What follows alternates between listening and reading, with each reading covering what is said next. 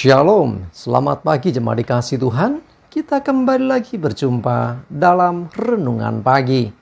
Mari pagi hari ini saya kembali mengajak kita semua untuk merenungkan firman Tuhan.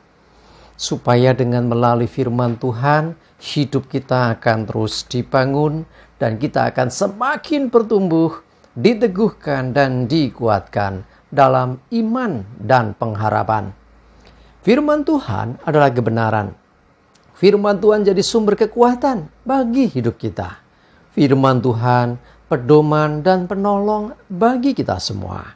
Dan bahkan firman Tuhan jugalah yang akan terus menuntun kita dan menerangi setiap langkah hidup kita.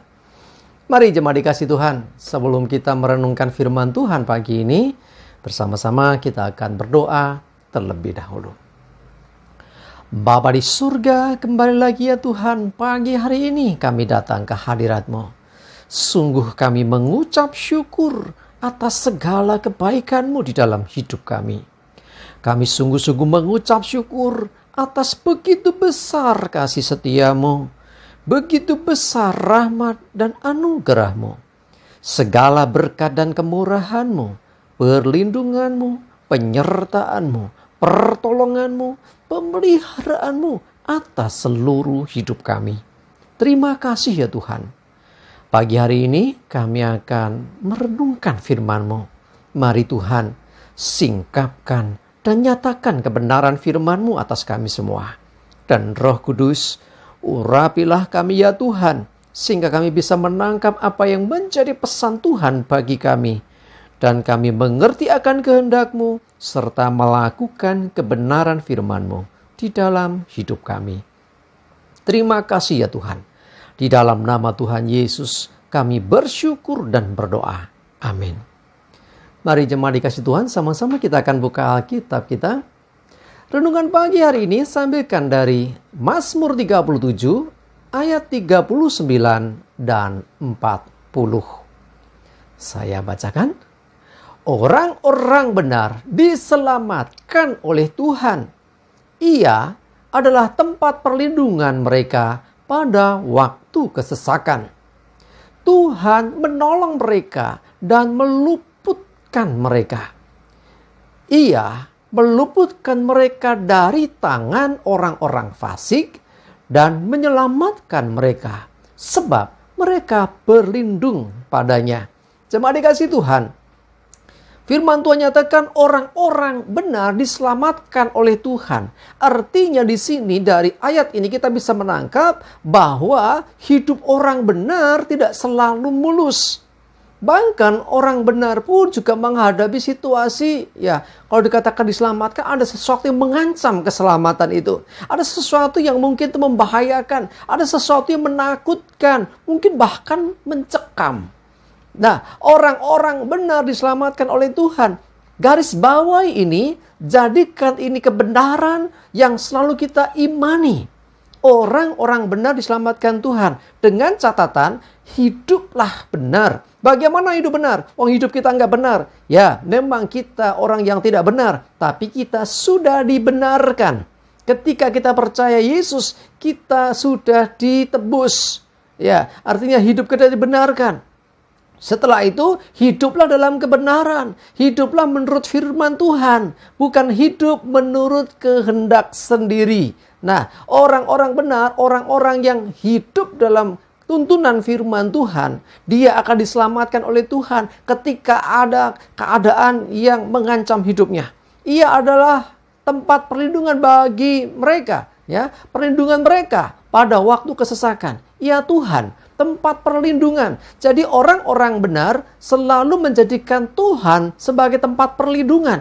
Bukan yang lain. Bukan orang pinter yang lain. Bukan orang-orang hebat. Bukan orang berpengaruh. Bukan pejabat. Ya, bukan harta bendanya. Bukan kekuasaannya. Bukan segala kekayaan atau apapun. Yang menjadi tempat perlindungan adalah Tuhan. Tuhan akan menolong mereka dan meluputkan mereka. Ya, siapa orang-orang benar tadi?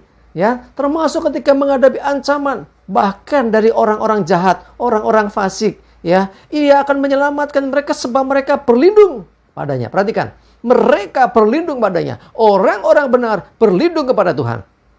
Kalau kita mau menjadikan Tuhan sebagai tempat perlindungan kita, maka Tuhan melindungi kita. Tuhan meluputkan kita. Bahkan Tuhan menyelamatkan kita dari segala ancaman. Mungkin kita berkata, hidupku dalam masalah belum selesai-selesai. Bagaimana Tuhan menolong saya? Ya, jadikan Tuhan tempat perlindunganmu. Jadikan Tuhan tempat untuk engkau mendapatkan pertolongan. Artinya andalkan Tuhan, bukan yang lain. Bukan juga ketakutanmu. Orang kadang lebih mempercayai ketakutannya sendiri daripada Tuhan.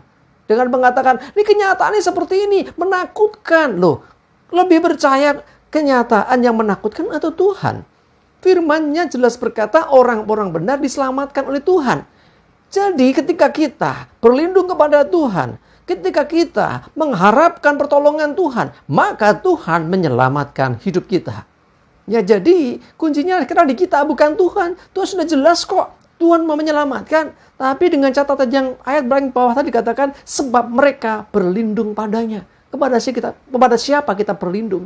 Kepada siapa kita menaruh kepercayaan? Kepada siapa kita mengharapkan pertolongan? Jadi kalau pertolongan kita datangnya dari Tuhan dan kita mengandalkan Tuhan, maka Tuhan akan menyelamatkan hidup kita. Kapan? Dia bertindak menurut waktunya. Bagaimana? Tuhan bertindak dengan caranya.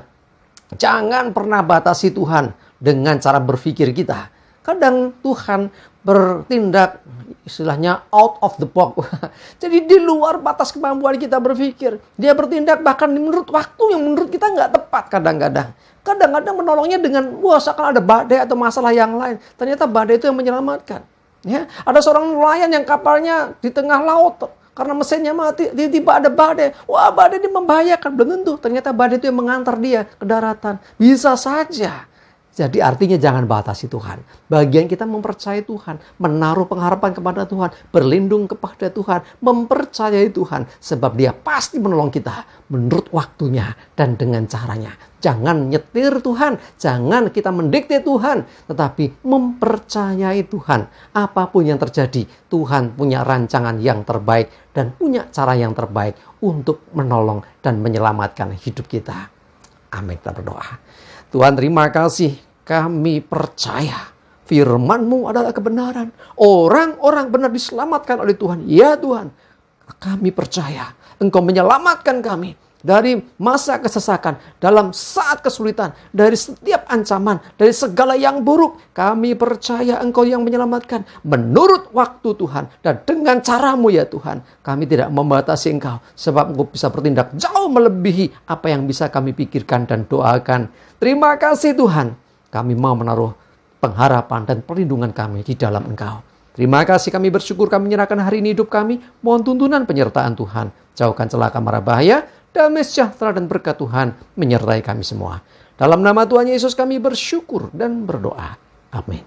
Mari jemaat dikasih Tuhan, tetap semangat, maju terus dalam iman dan pengharapan. Selamat beraktivitas. Tuhan Yesus memberkati kita semua. Amin.